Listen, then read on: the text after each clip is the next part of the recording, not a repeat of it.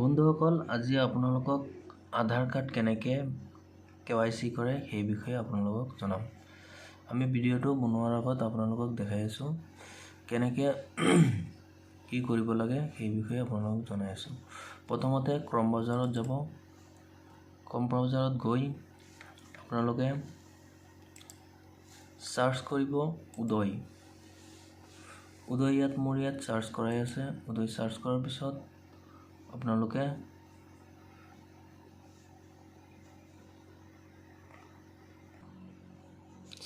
পিছত আপোনালোকে উদয় এইটো প্ৰফাইলত সোমাই যাব।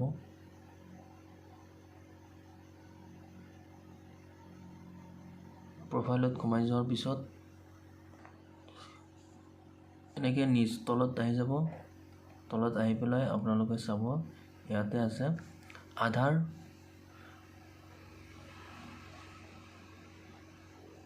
অফলাইন KYC বেটা বুলি আছে। ইয়াতে সোমাই যাব।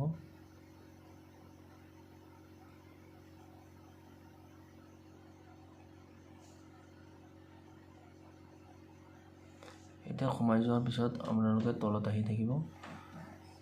ইয়াতে দেখা পাব আপোনালোকক দেখাই আছে দিছ সাৰ্ভিস ইজ ফ্ৰী অফ কষ্ট টিল 14/6/2026। এই 26 চনৰ 14 তাৰিখ 26 মাৰ্চ 2026 চনলৈকে আপোনালোকে এইটো ফ্ৰী আপোনালোকে ডকুমেণ্ট ভেৰিফাই কৰিব পাৰিব। আৰু ইয়াত ক্লিক কৰি দিব। ইয়াত ক্লিক কৰাৰ পিছত আপোনালোকে চাব ইয়াতে আহি গৈছে,